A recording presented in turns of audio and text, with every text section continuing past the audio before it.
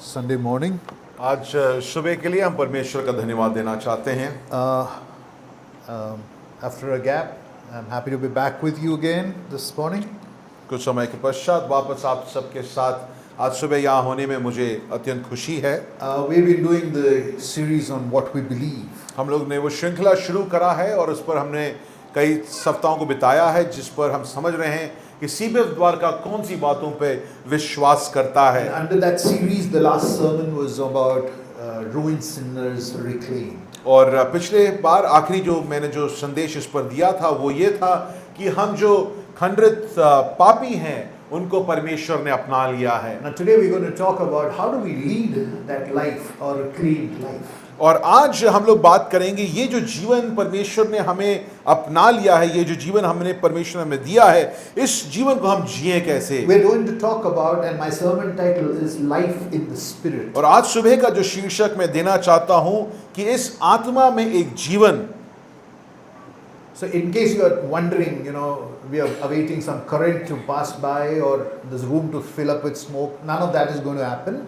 और अगर आपको लगता है कि जब मैं आत्मा की बात कर रहा हूँ तो यहाँ पर कुछ लोग नीचे गिर जाएंगे, यहाँ पर इलेक्ट्रिसिटी या कोई आप लोग में से कुछ लोगों को शॉक लग जाएगा, ऐसा कुछ नहीं होने वाला है। I'm going to tell you one prime foremost work of the Spirit into lives of believers, and that is something which you and I need to hold on to this morning. और मैं आपको एक प्राथमिक कार्य जो आत्मा करती है विश्वासियों के जीवन में, वो मैं आपके सामने रखना चाहता हूं। और ये एक ऐसी चीज है जो आप अपने हाथों में थाम कर अपने जीवन को उसके आधार पर जिएं। So when Abhishek translates it, sometimes he would use the word karti hai, but it is karta hai. It's because of the Hindi usage, because it's a neuter gender. That is why you sometimes fall into that. It would happen with anybody, but just keep in mind we're talking about him. और यहाँ पर जो लिंग जो है वो हम लोग करता है, उसी पर हम लोग ध्यान देंगे। बोलचाल में जब वैसे बोला जाता है तो आपको शब्द निकल जाता है, मगर उसको करता ही हम लोग इस्तेमाल करेंगे। Till chapter 7, Paul has talked about our problem of sin. In chapter 7 of the book of Romans, it's all about sin. And Paul says, I don't know, it's just a struggle, it's just a wrestling. और 7वें अध्याय में हम लोग देखते हैं कि पौलुस हमको बता रहा है पाप से हमारा जीवन जो है संघर्ष में लगा हुआ है और ये संघर्ष हमारे जीवन में चलता जा रहा है। And till chapter 7, Paul has used the title Holy Spirit or mentioned Holy Spirit 2 times. और 7वें अध्याय तक पवित्र आत्मा को 2 बार पवित्र आत्मा के रूप में संबोधित किया गया है। Guess how many times he uses Holy Spirit in chapter 8? मगर 8वें अध्याय में आते आते पौलुस कितने बार पवित्र आत्मा करके संबोधित करता है, क्या आपको पता है? Any guesses? Any guess? 2 times? 3 times? How many times? 8वें अध्याय में 10 times? Good. 20 times Paul repeats or refers to the Holy Spirit in chapter 8. 8वें अध्याय में पौलुस आते आते 7वें अध्याय में 2 बार संबोधित करता है पवित्र आत्मा को, या पवित्र आत्मा लिखता है। यहाँ पर 8वें अध्याय में पहुँचते पहुँचते 20 बार पर पौलुस जो है पवित्र आत्मा का शब्द इस्तेमाल करता है या संबोधित करता है। So what are we going to talk about this morning? तो आज सुबह हम किस बारे में बात करना चाहते हैं? What is that CBF believes about the Holy Spirit? CBF Dwarka पवित्र आत्मा के बारे में क्या विश्वास करता है? We believe that the Spirit of God brings in a new reality and a new living order. Those are the 2 things that we're going to talk about in today's sermon. प्रिय अजीजों, हम सीबीएफ द्वारका इस बात पे विश्वास करता है कि पवित्र आत्मा 2 चीजों को हमारे जीवन में उत्पन्न करता है। पहला एक नई सच्चाई और दूसरा एक नया जीवन। Now, let's look at the new reality. तो पहला बिंदु जो है वो हम देखेंगे नई सच्चाई। ऐसी कौन सी नई सच्चाई है जो पवित्र आत्मा उत्पन्न करता है? Paul starts off this passage, verses 1. Therefore there is now no condemnation for those who are in Christ Jesus. और इसलिए शुरुआत में पौलुस कहता है अब जो मसीह यीशु में हैं उन पर दंड की आज्ञा नहीं है। The awareness of our reality comes from outside us. हमारी जीवन की जो सच्चाई है वो हमारे बाहर के वातावरण के द्वारा हमें प्राप्त होती What है। do I mean by that? इसका क्या मतलब I है? mean the great questions of life which we probably do not answer in our modern age. Who am I? What is man? What is my place in this world? Cannot be generated by mere self-reckoning or self-reflection. ऐसे जो महान सवाल जो शायद आजकल हम लोग बहुत ज्यादा नहीं पूछ रहे। कौन से सवाल? मैं कौन हूं, मनुष्य क्या है, मेरे संसार में, मेरा इस संसार में स्थान क्या है। ये हम अपने मस्तिष्क में अपने आप से इन सवालों को शायद नहीं पूछ सकते, सिर्फ अगर हम अपने बारे में सोचें। As a creature, man can only be told that he is a man from outside, not from within. और मनुष्य जो है वो मनुष्य है, हम अपने आप से ये बात नहीं बोल सकते हैं। हमें कोई ऐसा चाहिए जो हमें आकर बोले कि तुम कौन हो, तुम मनुष्य हो। A source beyond us can only tell us our limitations. एक ऐसा स्रोत जो हमारे बाहर है या हमारे आगे है, जो आकर हमसे ये बोलता है कि तुम मनुष्य हो। Or else, how would we know I am limited, I am a sinner, I am a mortal? How do we know that? ये सवाल कि मैं संक्षिप्त हूँ या मैं एक पापी हूँ, मैं मृतक व्यक्ति हूँ, इन बातों को हम अपने आप से कैसे समझें? So the very fact that we can recognize that we are creatures comes from outside us and not from within us. And that recognition, that reality, that knowledge about who we are is actually a gift unto us. प्रिय चीजों, इसलिए हम कौन हैं, हमारी सच्चाई कि मैं एक पापी हूँ, मैं एक सीमित व्यक्ति हूँ, मैं एक मरा हुआ व्यक्ति हूँ, ये जो सच्चाइयाँ जो हैं हमारे जीवन में, वो हमें कोई और आके हमें बताता है। ये हम अपने मस्तिष्क से, अपने मन से इन बातों को समझ नहीं सकते हैं। Imagine a man and a circle, that's his reality, and he can't see his reality unless someone from outside tells him that he is in the circle of human reality. और वो यहाँ पर एक मनुष्य को देखिए, अगर जरा कल्पना कीजिए कि वो एक गोले में वो है। जब तक कोई आकर उसको बोलेगा नहीं कि तुम इस गोले में हो, वो शायद उसको देख भी नहीं पाएगा।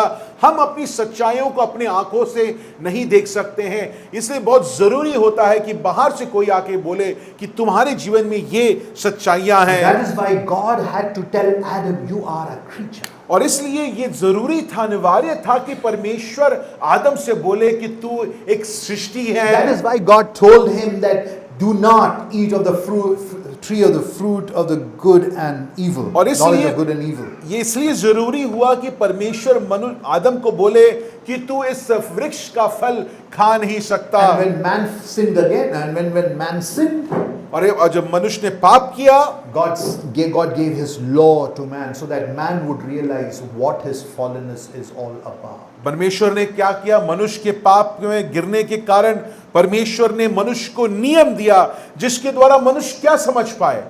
मनुष्य अपने गिरेपन को, जो वो है, उसकी सच्चाई को वो समझ पाए। Are you with me? क्या आप मेरी बातों को समझ पा रहे Let me हैं? repeat it. In the garden, if God would not have commanded man, man would not have known who he is.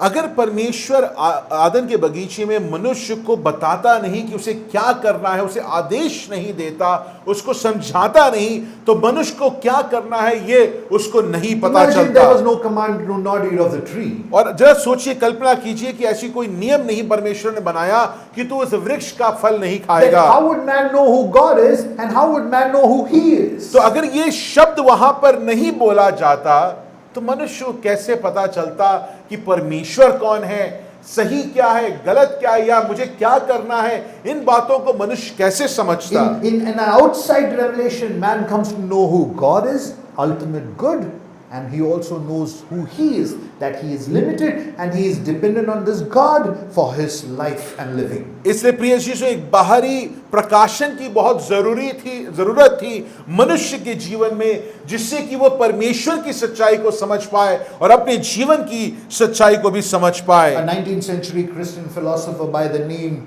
Karl Barth says true knowledge of a human limitation, of sin, of morality is not discovered by philosophy or psychology. It is revealed to us in God through Christ Jesus. यहाँ पर काल बात करके एक दार्शनिक शास्त्र के व्यक्ति थे, उन्होंने इस बात को बोला, हमारी मानवीय सीमाओं, पाप और नश्वरता का सच ज्ञान, दर्शन और मनोविज्ञान से नहीं आता है।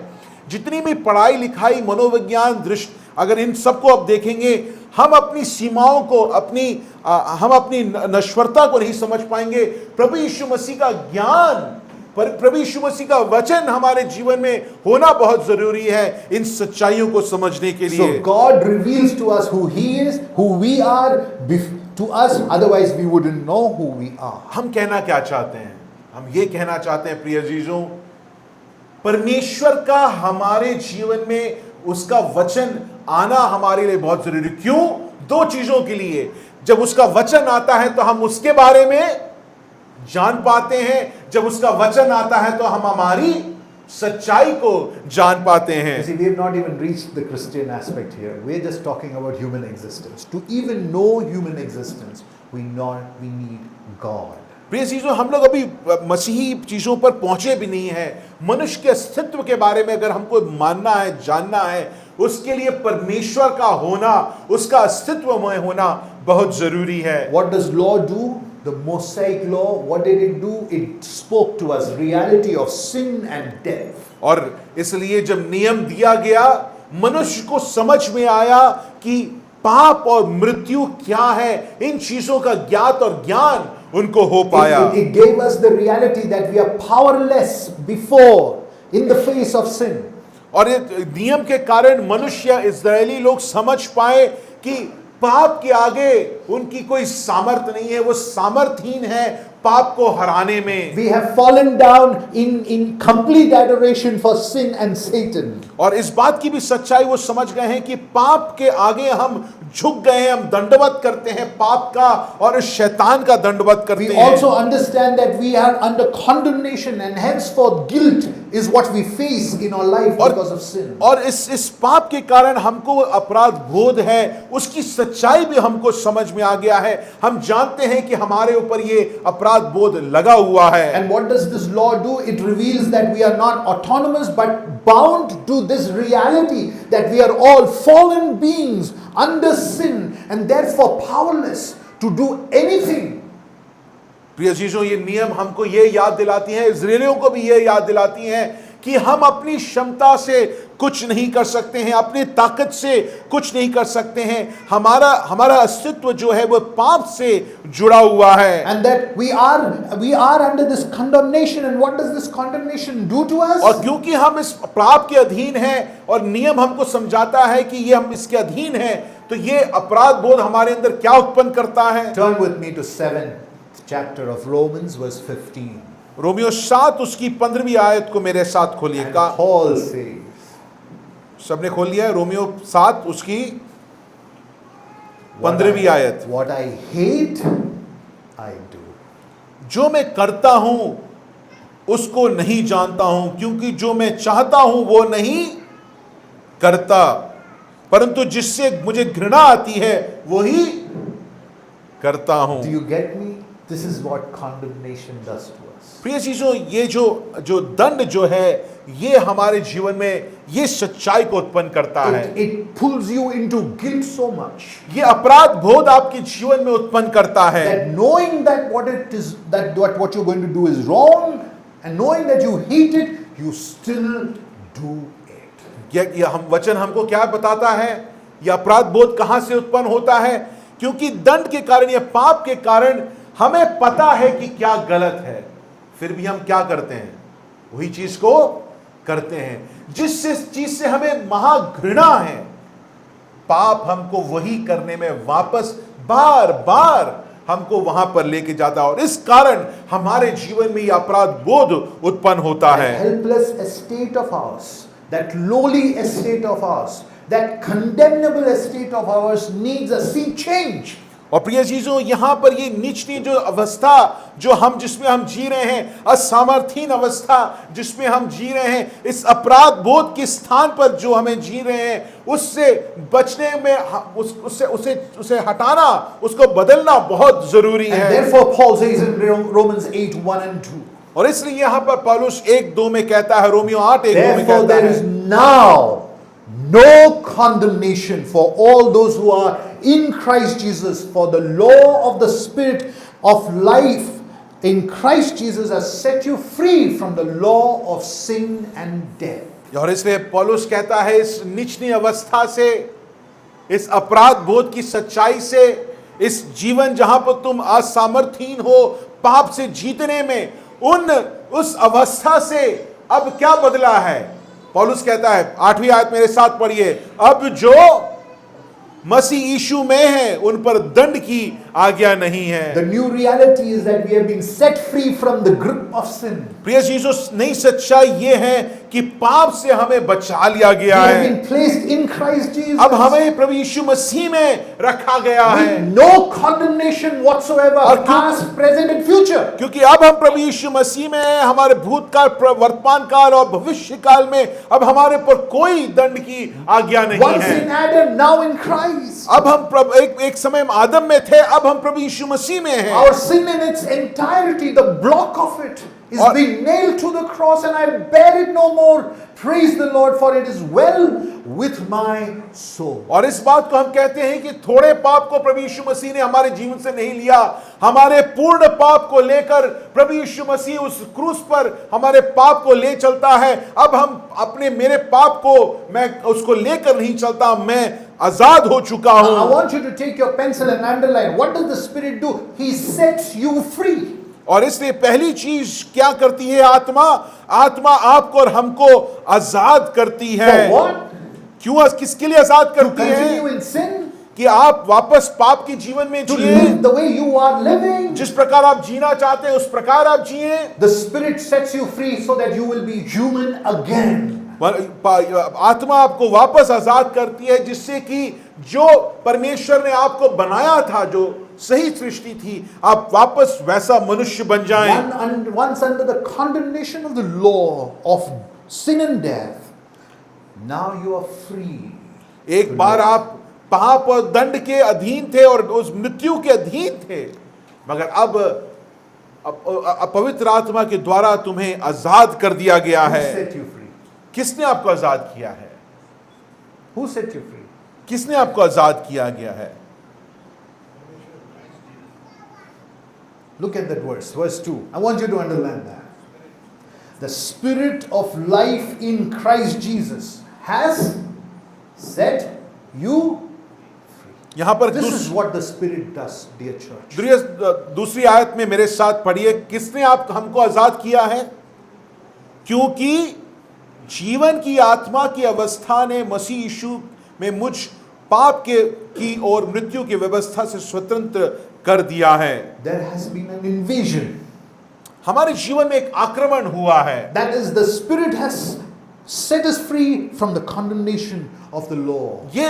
ये पवित्र आत्मा ने हमको, जो हम पाप इस नियम के दंड के अधीन थे, हमको आजाद कर दिया है। Paul says, now, therefore, now there is no condemnation. और इसलिए पौलुस कहता है, अब जो प्रभु यीशु मसीह में हैं, उनमें दंड की आज्ञा नहीं Why? है। Because the Spirit has set you free. क्योंकि आत्मा ने आपको आजाद कर दिया That है। historic act of the cross has been applied to your life through the work of the Spirit, through the indwelling of the Spirit of God. ऐतिहासिक घटना जो 2025 साल पहले घटा, उसको आपके और हमारे जीवन में लागू करने वाला कौन है? पवित्र आत्मा। पवित्र आत्मा ये 2025 साल पहले की जो प्रभु यीशु मसीह का मृत्यु को और उसकी बलिदान को आपके हमारे जीवन में लागू करता है, और इस कारण हम आजाद होते So हैं। when you say, I believe in Jesus Christ, और इसलिए जब आज आप कहते हैं कि मैं प्रभु यीशु मसीह में विश्वास करता हूं, मैं करती हूं, that is a gift from God. प्रिय चीजों, ये प्रभु परमेश्वर के द्वारा आपके जीवन का एक दान है। And at that point, और इसलिए उस समय पर the Spirit sets you free. प्रिय चीजों, ये आत्मा जो है आपको स्वतंत्र करती है, आजाद करती है। करता है.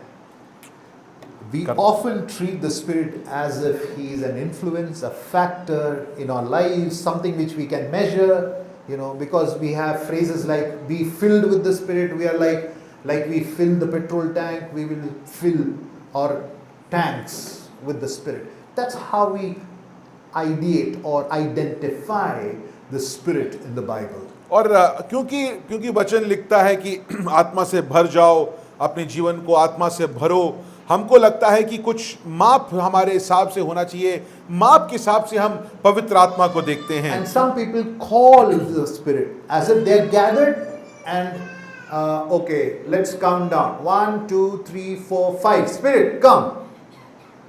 और ऐसे बहुत आपने विश्वासियों को देखा होगा, ऐसे बहुत कलीसियाएं हैं जहां पर वो आके पहले बैठते हैं और जैसे ही 10 बजे वो पवित्र आत्मा को क्या करते हैं, तालियों की गड़गड़ाहट में के द्वारा आमंत्रित करते हैं। Look at verse 2, guys. दूसरे आयत में क्या लिखा गया है? It doesn't say that you had a chance. यहां पर यह नहीं लिखा गया है कि आपके पास एक मौका मिला था। You believed because God made you believe. आपने इसलिए विश्वास किया क्योंकि परमेश्वर ने आपके अंदर ये अनुमति दी है। And when you believe, you're invaded. That's it. और जब आप इस पे विश्वास करते हैं क्योंकि परमेश्वर ने आपको अनुमति दी है, ये आत्मा आपके जीवन में आक्रमण करता It है। is an invasion. It's transformation. It's not tweaking of who you are. It's a transformation of your heart. So when you say you are a believer in Christ Jesus, you say that the Spirit of God has transformed me from my lowly estate of being condemned to be set free for being a Christ-centered man or a woman. हम क्यों बोल रहे हैं कि ये आक्रमण है? प्रिय चीजों, पवित्र आत्मा का जो कार्य आपके जीवन में आपको बेहतर करने के लिए नहीं है, आप जो आज हैं उससे आपको बेहतर करने के लिए नहीं है। जब पवित्र आत्मा आपके जीवन में आता है तो वो आपके जीवन में वो आक्रमण करता है और आपको नवकृत करता है, आपको नवीन करता है, आपको पूर्णतः बदल देता है। That is what the Spirit is doing. प्रिय चीजों, ये है आत्मा का कार्य। Spirit, He is God Himself. पवित्र आत्मा स्वयं परमेश्वर है। So what you think about God the Father and how you emote about God the Father should be the same feeling that you think about God the Spirit.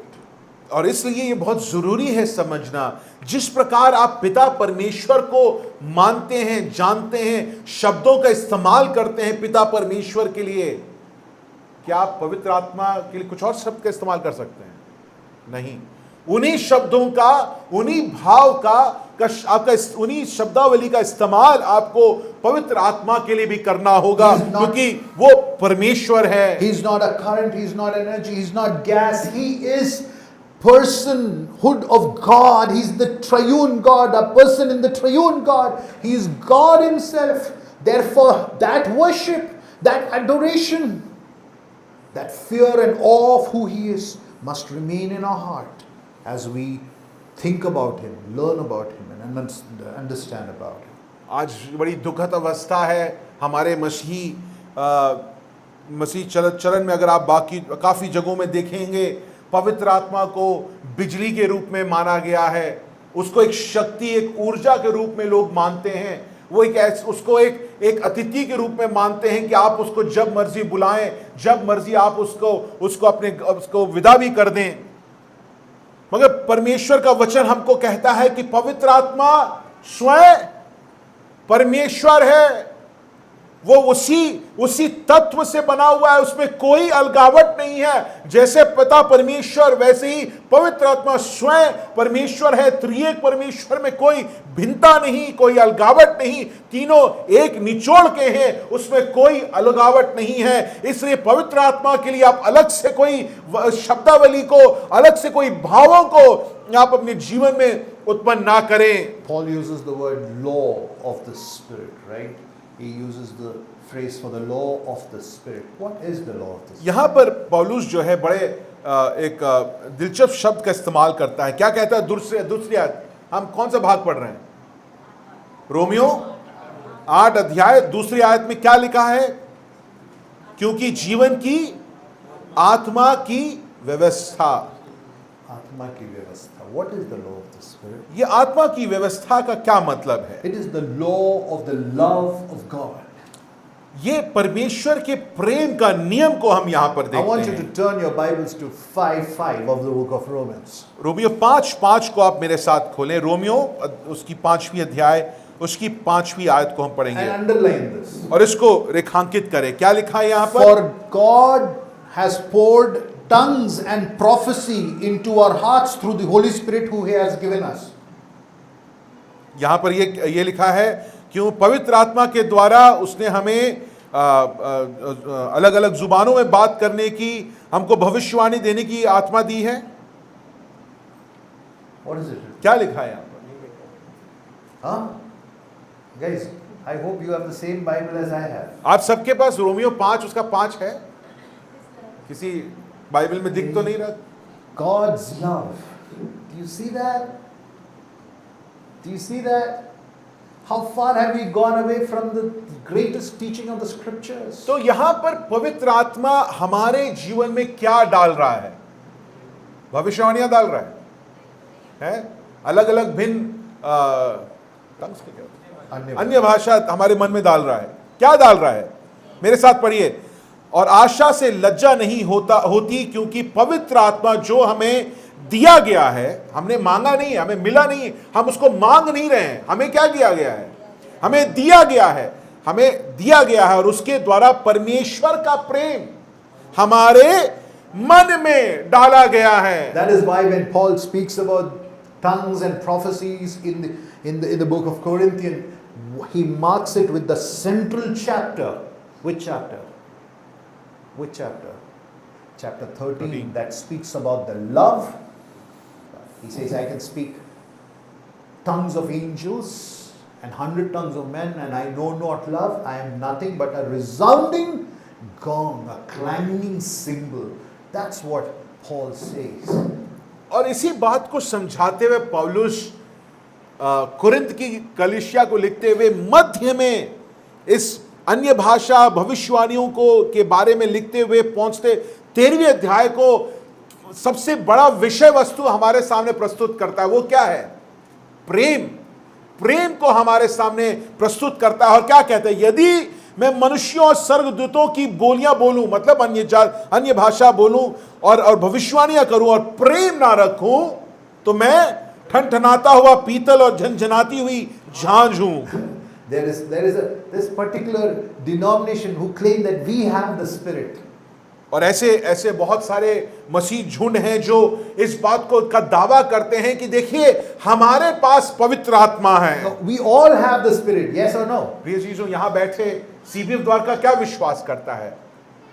हमारे जीवन में पवित्र आत्मा डाली गई है। जब हमने विश्वास डाला गया है, दिया गया है। Sorry, I lost my train of thought. I wanted to say that when we say we have the Spirit, it doesn't mean we own the Spirit. It actually means that He owns us. जब हम वचन में ये लिखा गया है कि पवित्र आत्मा हमें दिया गया है, हमारे जीवन में दिया गया है, तो हम इस बात को हमें समझना है कि पवित्र आत्मा ऐसी कोई चीज नहीं जिसको उसके हम मालिक हैं।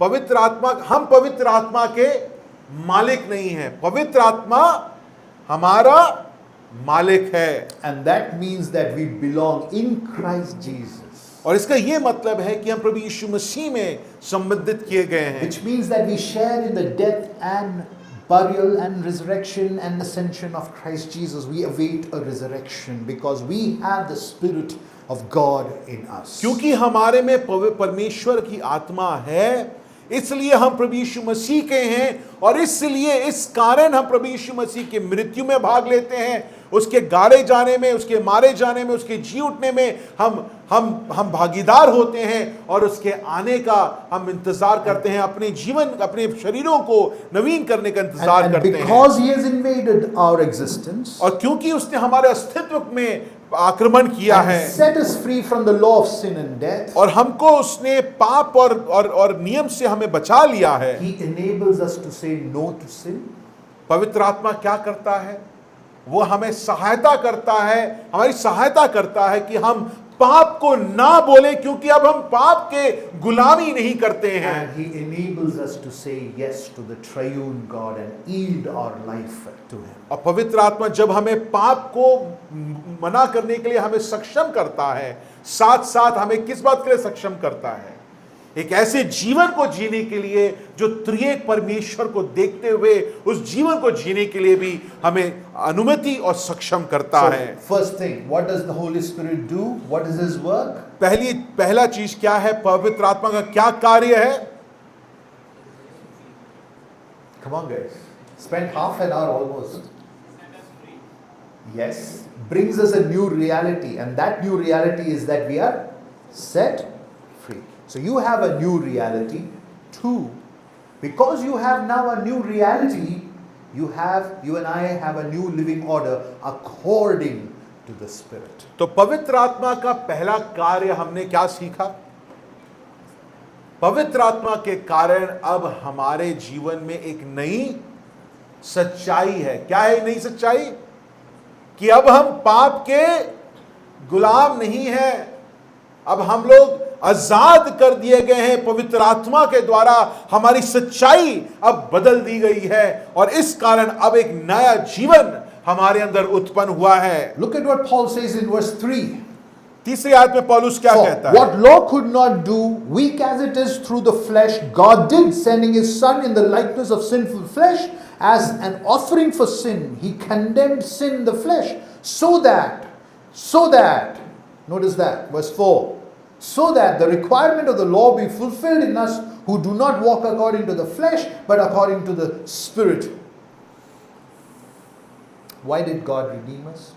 आप ये सवाल पूछेंगे कि हमें ये सवाल मैं पूछ रहा हूं कि why did God redeem us? परमेश्वर ने हमारा उद्धार क्यों किया है? Because he loves us, yes.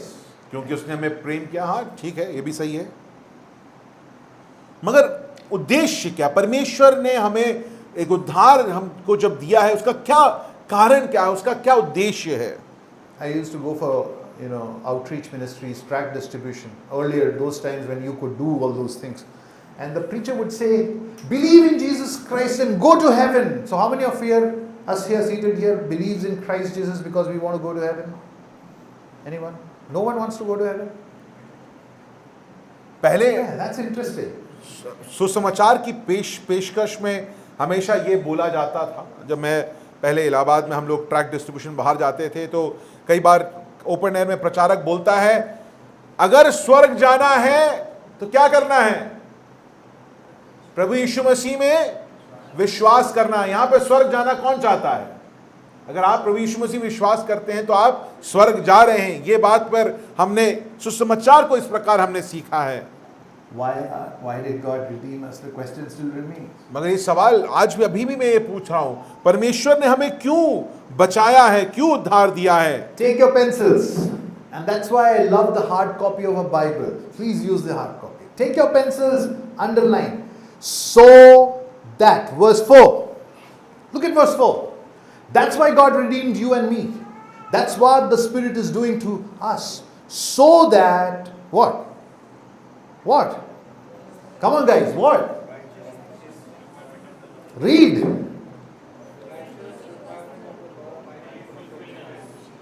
So that the righteous requirement of the law be fulfilled. So the primary goal for you being redeemed or saved is not for you to go to heaven. Do you get me? Do you get me? The primary goal for your redemption and my redemption is that we would, so that the requirement of the law will be fulfilled in us who do not walk according to flesh but according to the Spirit. That's the new order of the living. नया जो जीवन जो है, नया तरीका जो है हमारे जीने का, पौलुस यहाँ पर चौथी आयत में हमें क्या बोलता है? इसलिए कि व्यवस्था के विधि हमें जो शरीर के अनुसार नहीं वरन आत्मा के अनुसार चलते हैं पूरी की जाए। आत्मा के द्वारा जो व्यवस्था की जो विधि है वो आत्मा के द्वारा प्रिय चीजों हमारे और आपके जीवन में पूरी की जाती है। हमें और आपको उद्धार देने का जो कारण, जो परमेश्वर का प्राथमिक लक्ष्य ये है कि हम जो इस लक्ष्य को, इस जीवन को, इस नए जीवन को जो व्यवस्था के अधीन है, विधि है, उसको हम आत्मा के द्वारा पूर्ण कर पाएं। The historic reality of Christ's work on the cross. जो ऐतिहासिक जो घटना जो है प्रभु यीशु मसीह का कार्य जो क्रूस पर हम देखते हैं। Who believes in the historic work on the Christ of the Christ on the cross? Who sitting here believes that?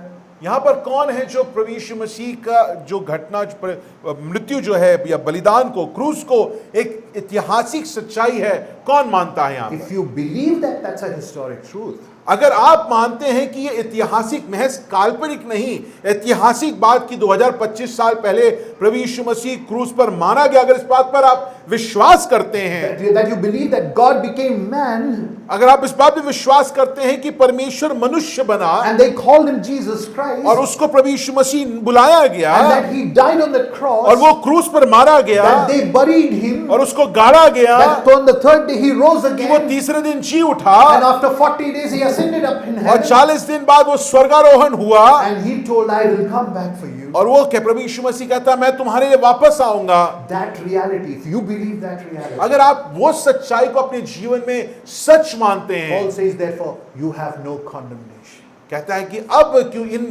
इस बात पर विश्वास करने वालों पर दंड की आज्ञा नहीं Now है। that forensic, legal, historic reality is brought to dynamic reality in our life through the work of the Spirit. ये जो घटना जो है, ऐतिहासिक घटना जो है, वो हमारे जीवन में उसको कार्यगत कौन करता है? कौन करता है? पवित्र आत्मा आपके जीवन में 2025 साल पहले घटी ये जो ऐतिहासिक घटना को, ये जो सच्चाई को आपके जीवन में कायम करने के लिए, लागू करने, पारित करने के लिए करने वाला पवित्र आत्मा है। ये आपके जीवन में इसको लागू करता है, कायम करता है। What good is your faith if you are only believing in the historic reality of Jesus Christ, but not believing that that has a dynamic reality for you in the present time? And that is why we participate of this table where we proclaim Christ coming till his death. That's the reality, and that's the new living order we live in. हम क्या करते हैं? हमें से कई है कि हाँ मैं विश्वास करता हूं, मगर उस बात को हम भूल जाते हैं कि उस विश्वास को हमारे जीवन में कायम होना, उसका पारित होना हमारे जीवन में बहुत जरूरी है। और वो पवित्र आत्मा का कार्य है, वो हमको गतिशील बनाता है। और वो ये जो मेज जो हमारे सामने है, इस बात को बार बार हमें हफ्ता भर हफ्तर याद दिलाता है कि एक सच्चाई है जो हमारे जीवन में अब लागू होनी है। So what God did,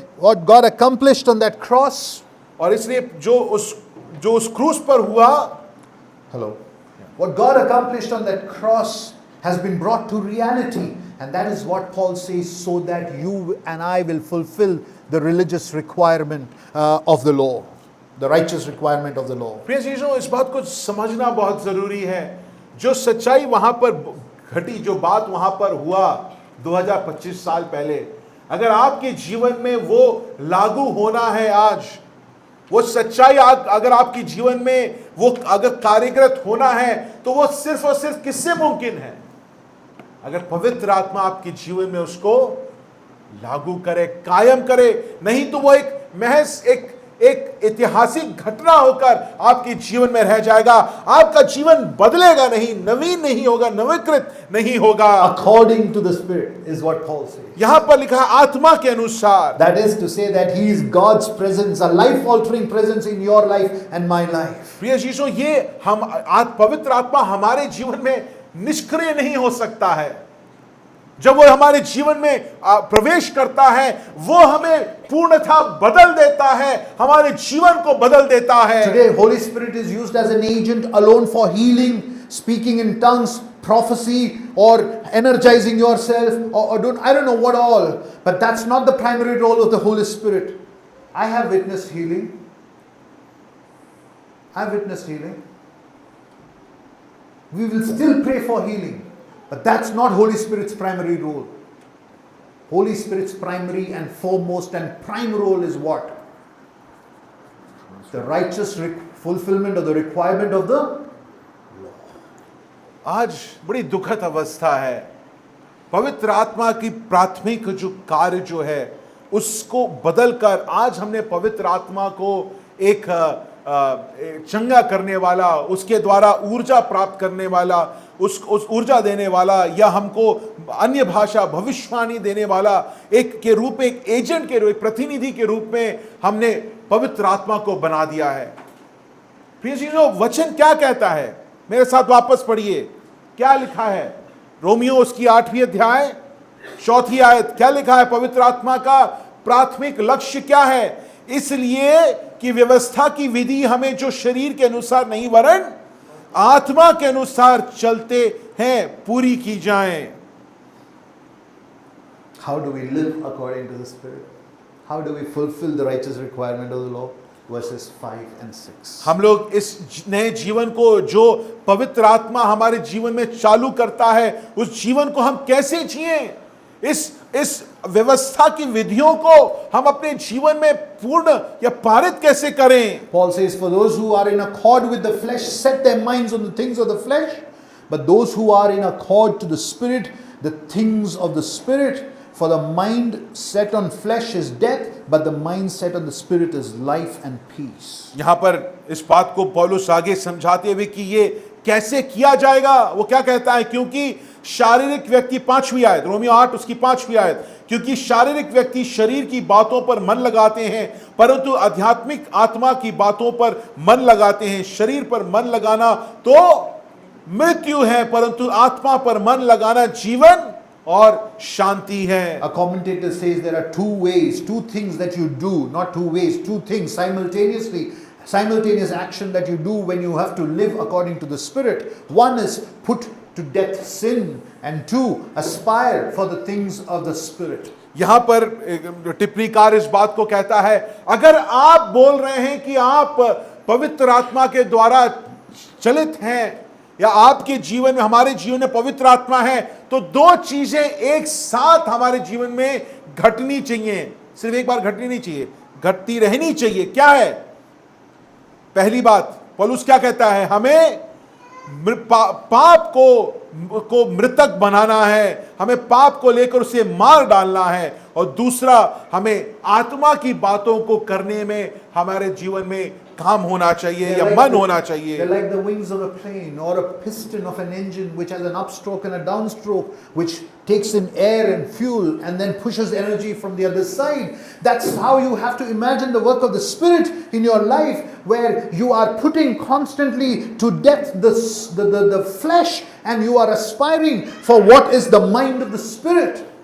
यहां पर प्रिय चीजों, ये जैसे एक प्लेन का दो पंख जो होते हैं, अगर एक पंख में कुछ गड़बड़ी हो गई या नहीं है तो प्लेन क्या उड़ पाएगी? नहीं कर पाएगी। उसी प्रकार जब हम आत्मा के द्वारा इस जीवन को जीना चाहते हैं, ये दो कार्य साथ साथ होना है। क्या कार्य? एक पहला कि हमें पाप को मृतक बनाना है, उसको मार डालना है अपने जीवन में। दूसरे, एक ऐसा महत्वाकांक्षा हमें रखना है कि हम आत्मा की बातों को हम माने। And Paul says, for this to happen, I quote, connection between living and thinking is tight and close one, and you and I need to realize that. और इस बात को पौलुस कहता है कि अगर इसको समझना है तो आप ऐसा जीवन नहीं जी सकते जहां पर आप सोच नहीं रहे हैं। एक बिना मन के, बिना सोच के जीवन को आप नहीं जी सकते हैं। So when you are living according to the flesh, you mind for things according to the flesh. यहां पर क्या बोल रहा है पौलुस? पौलुस बड़ा सरल है।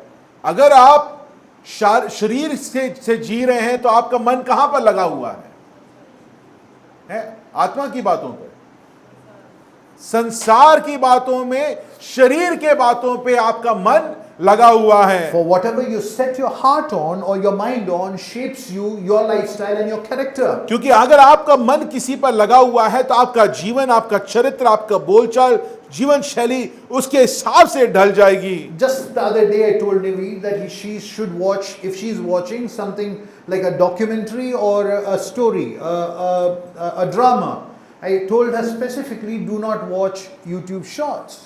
और निवी से मैं बोल रहा था कि YouTube शॉर्ट्स है, उसको मत देखो। देखना है तो कोई डॉक्यूमेंट्री देख लो या कुछ और देख लो जो कुछ समझा रहा है, कुछ बता रहा है। You know why I told her that? आपको पता है ये क्यों मैंने बोला? Because as you watch YouTube shorts, your attention is getting rewired in your mind. क्योंकि YouTube शॉर्ट जो है मुश्किल से 3 सेकंड 5 सेकंड का होता है। जो आपका ध्यान देने की जो प्रवृत्ति है या समय जो है, वो हर रील के हिसाब से छोटा या कम होता आ रहा है। And I asked her, what did you watch today? तो अब मैंने पूछा, इसको बोलने के बाद मैंने पूछा कि तुमने क्या देखा निवी? I started watching a documentary, but I went back to YouTube shorts. निवी ने बोला मैंने डॉक्यूमेंट्री देखना शुरू किया मगर वापस मैं YouTube शॉर्ट्स देखने लगी। This is the problem. Where is your mind set? यहाँ पर ये सवाल पौलुस कहता है, पौलुस पूछ रहा है तुम्हारा मन आजकल कहां पर लगा हुआ है। When he uses the mind, he is not just talking about passive intellectual thinking. यहां पर जब मन की बात कर रहा है तो ऐसा नहीं कि वो कह रहा है कि मन कि ऐसा जब आप आराम से बैठे हो या मन के पीछे कोई बातें चल रही हैं, But it is the disposition of your will, your active engagement. मगर यहां पर पौलुस कह रहा है आपका क्रियाशील जो तरीका है जीवन जीने का, आपकी जो सोच है, आपकी जीवन शैली, उसके बारे में यहां पर When you पौलुस कह रहा है। actively engage your mind on something, you build in affections for it. जब आप अपने मन को किसी बात पर लगाए रहते हैं, उस पर लग जाता, जब आपका मन किसी पर लग जाता है, वो चीज आपके जीवन को, आपकी जीवन शैली को ढालती है। When you start thinking of something, you start valuing it more. जब And आप when you value it more, you desire it more, and boom, that's transformation. That's orientation. यहां पर पौलुस क्या कह रहा है, अगर तुम किसी चीज में मन लगाओगे तो जब उस पे मन लगाओगे तो तुम उसको ज्यादा चाहोगे, जब तुम ज्यादा उसको चाहोगे, तुम उससे प्रेम करोगे, तुम्हारा जीवन उसके लिए हो जाएगा, तुम्हारा जीवन परिवर्तित हो जाएगा। Are you with me? क्या आप मेरी बात को सुन रहे हैं? Too heavy? Thoda heavy. I understand. Bear with me.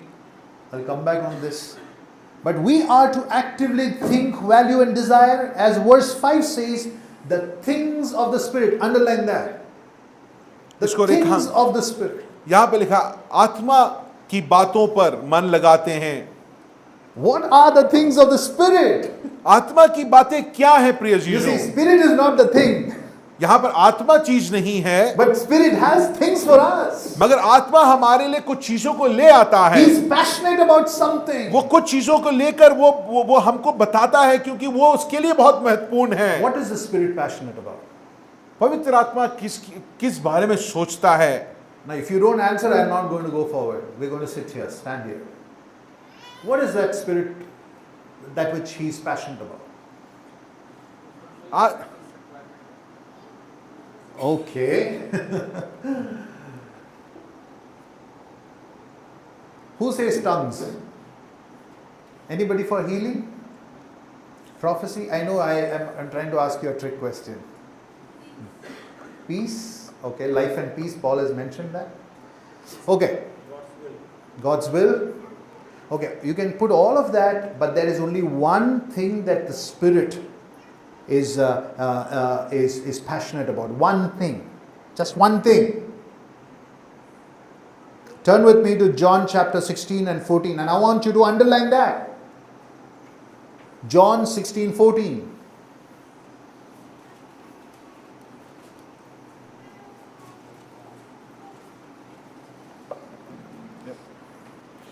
यहां पर अगर हमसे कोई पूछता है पवित्र आत्मा किस बात को सबसे महत्वपूर्ण मानता है, पवित्र आत्मा का प्रमुख कार्य अगर उसको जिसके पैशनेट या जुनून से भरा हुआ है, अगर पवित्र आत्मा किसी चीज को लेकर अगर ये सवाल हमसे पूछा जाता है, तो हम शायद क्या बोलेंगे कि वो हमको अन्य भाषा या चंगाई इन चीजों को लेके वो जुनून से परिपूर्ण है।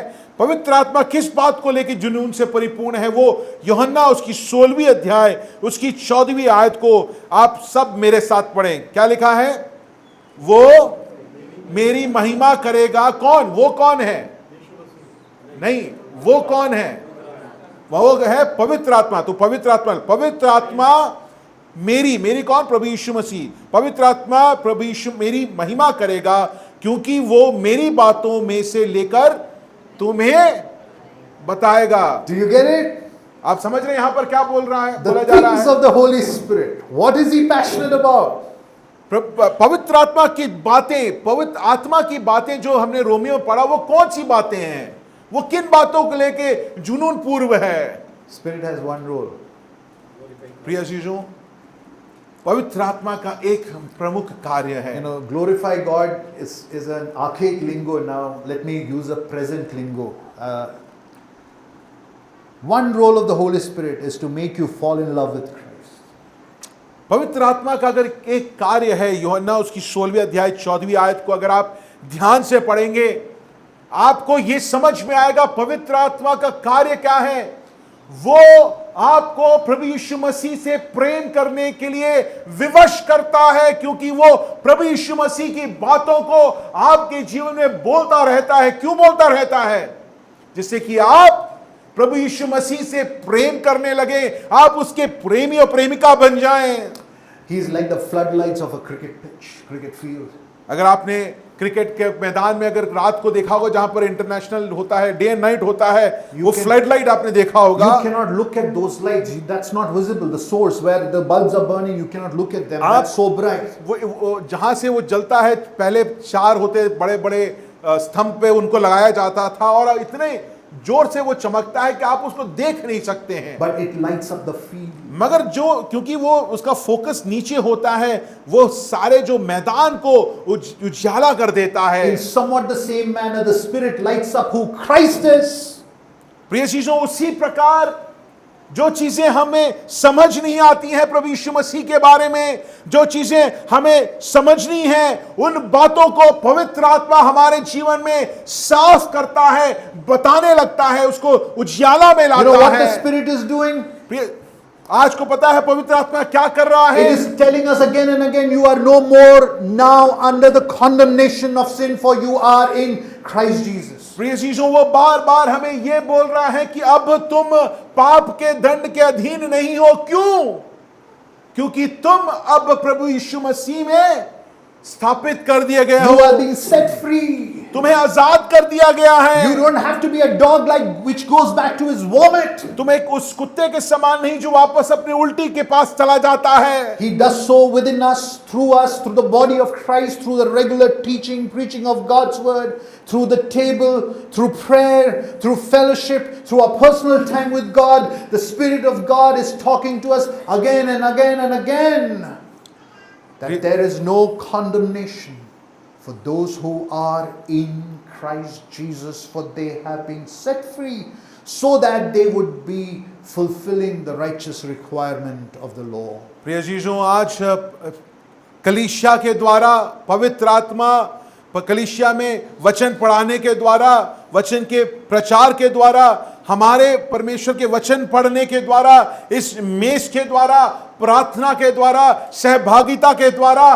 बार बार एक ही चीज पवित्र आत्मा दोहरा रहा है हमारे जीवन में। वो क्या है?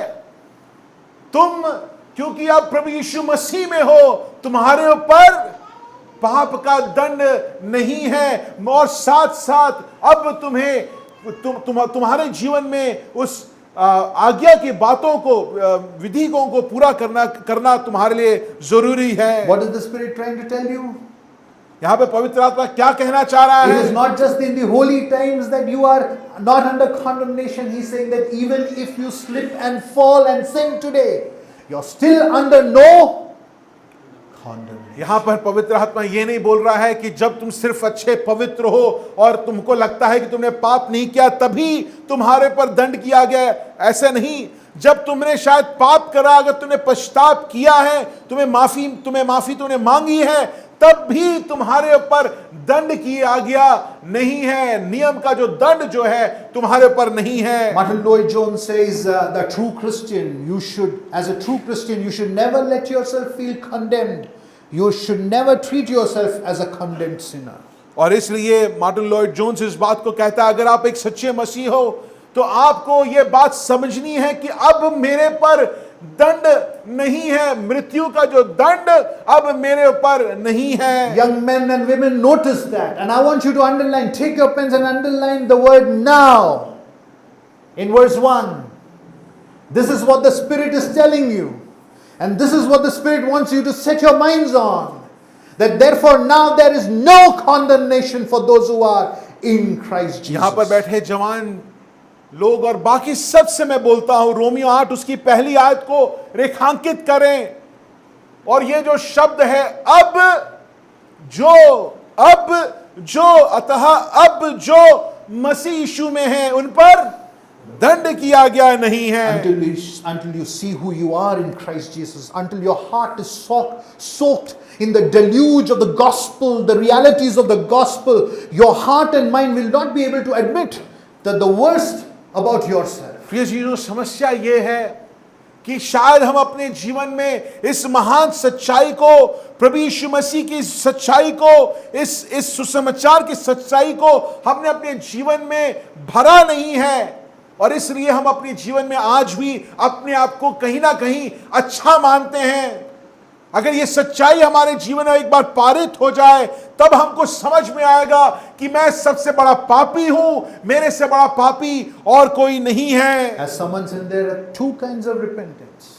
यहां पर किसी ने बोला था, दो तरीके हैं पश्चाताप करने One का। is a negative and another one is the positive one. एक सकारात्मक तरीका है पश्चाताप करने का, एक नकारात्मक तरीका है। The negative one says, I fear the consequence. I know something is going wrong. I feel bad. Let me stop sinning. और एक नकारात्मक तरीका सोचने का, पश्चाताप करने का ये है, हाँ कुछ तो गलत मेरे साथ हो रहा है, ये जो भी अब होगा इसके कारण उससे मुझे भय लगता है, इसलिए मैं ये जो कर रहा हूं, ये पाप जो कर रहा हूं उसको करना बंद कर The दूंगा। second one, the positive one. मगर एक सकारात्मक तरीका है पश्चाताप करने का। Oh, I see the greatness of this gospel. आप कहते हैं कि मैं इस महान सुसमाचार की महानता को अपनी आंखों से I देखता hear हूं, the testimony of the Spirit. मैं इस पवित्र आत्मा की गवाही को सुन रहा हूं, I feel the grace and experience the grace of this table. और इस मेज के उस अनुग्रह को मैं अपने जीवन में हफ्तायिक रूप में महसूस कर रहा हूं। And there is only one thing which is said. अब एक ही चीज बोली गई है, Therefore, there is now no condemnation for those who are in Christ. एक ही चीज बोली गई कि अब जो मसीह यीशु मसीह में है उन पर दंड की आज्ञा नहीं है। Only that can set your minds on the things of the Spirit. प्रिय चीजों, जब आप इसको समझेंगे, अपनी आजादी को समझेंगे, अपनी इस नई सच्चाई को, अपने नए जीवन को समझेंगे, तभी आप आत्मा की बातों पर अपने मन को लगा पाएंगे। नहीं तो आप बार बार संसार और शरीर की बातों पर अपने मन को लगाएंगे। This table is the calling of the Spirit for us to put to death the sin in flesh.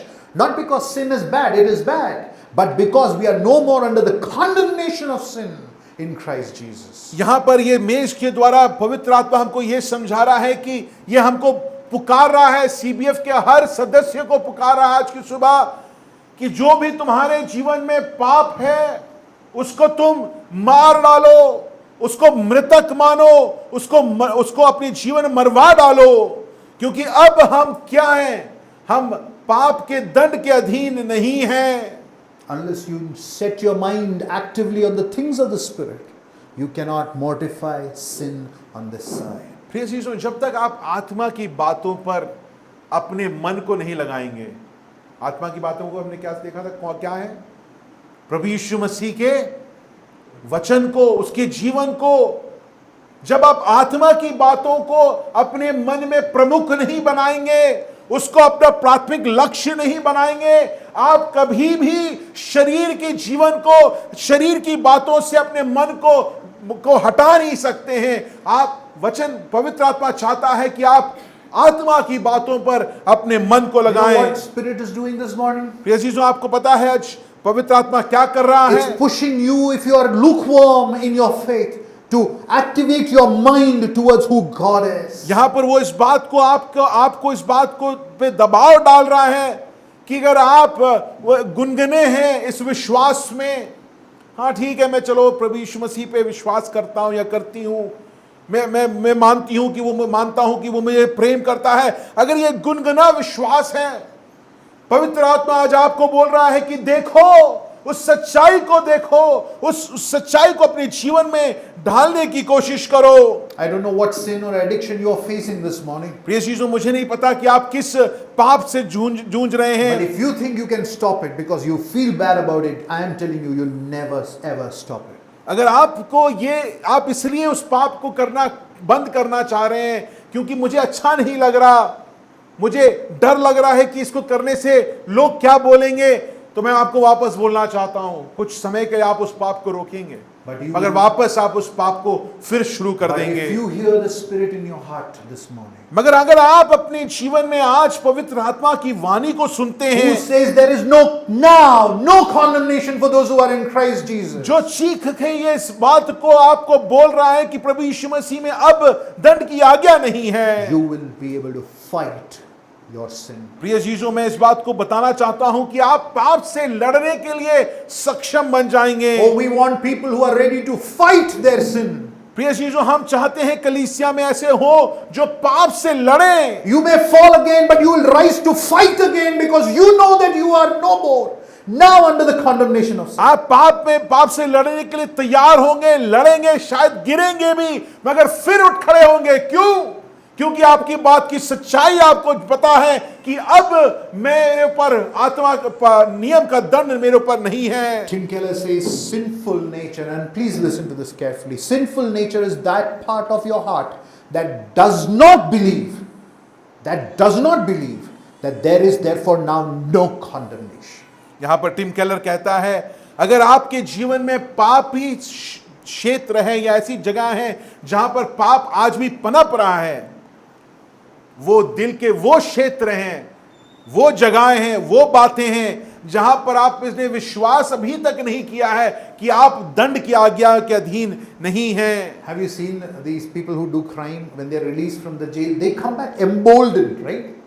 हाँ, अगर आपने देखा होगा, दिल्ली में तो बहुत देखा होगा, लोग ने अपने रिज्यूमे में भी लिखा हुआ है तिहाड़ रिटर्न है।